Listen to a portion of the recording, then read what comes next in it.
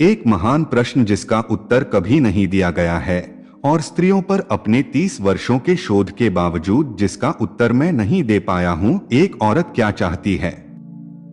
जिस तरह किसी को आस्था के लिए मजबूर नहीं किया जा सकता, उसी तरह किसी को नास्तिकता के लिए मजबूर नहीं किया जा सकता। मनुष्य जितना सोचता है उससे कहीं ज्यादा नैतिक है, और वो इतना अनैतिक है कि वो उसकी कल्पना भी नहीं कर सकता। पुरुष तब तक मजबूत होते हैं जब तक वे एक मजबूत विचार का प्रतिनिधित्व करते हैं। जब वे इसका विरोध करते हैं तो वे शक्तिहीन हो जाते हैं। विचार और महत्वपूर्ण खोजों और समस्याओं के समाधान के क्षेत्र में महान निर्णय केवल एक व्यक्ति के लिए संभव है जो एकांत में काम करता है। अधिकांश लोग वास्तव में स्वतंत्रता नहीं चाहते हैं क्योंकि स्वतंत्रता में जिम्मेदारी शामिल है, और अधिकांश लोग जिम्मेदारी से डरते हैं।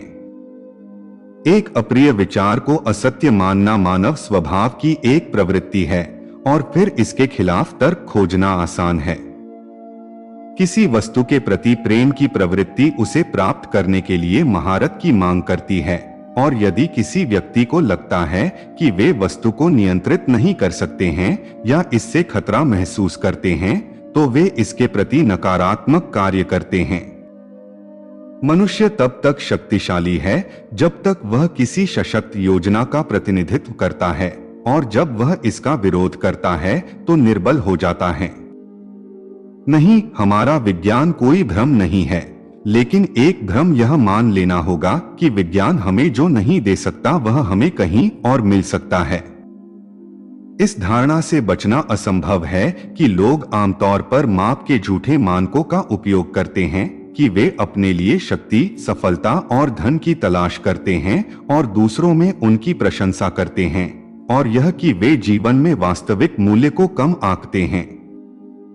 एक धर्म, भले ही वह खुद को प्रेम का धर्म कहता हो, उसे उन लोगों के लिए कठोर और प्रेमहीन होना चाहिए जो इससे संबंधित नहीं हैं। मैं केवल एक बात निश्चित रूप से जानता हूं, और वह यह है कि मनुष्य के मूल्य के निर्णय सीधे उसकी खुशी की इच्छाओं का पालन करते हैं। तदनुसार वे तर्कों के साथ अपने भ्रम का समर्थन करने का प्रयास हैं। शब्द और जादू शुरुआत में एक ही चीज थे, और आज भी शब्द अपनी अधिकांश जादुई शक्तियों को बरकरार रखते हैं।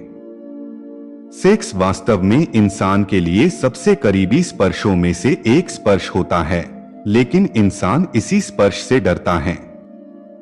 ज्ञान के फल जितने अधिक मनुष्यों के लिए सुलभ हो जाते हैं, उतना ही व्यापक रूप से धार्मिक विश्वास का पतन होता है।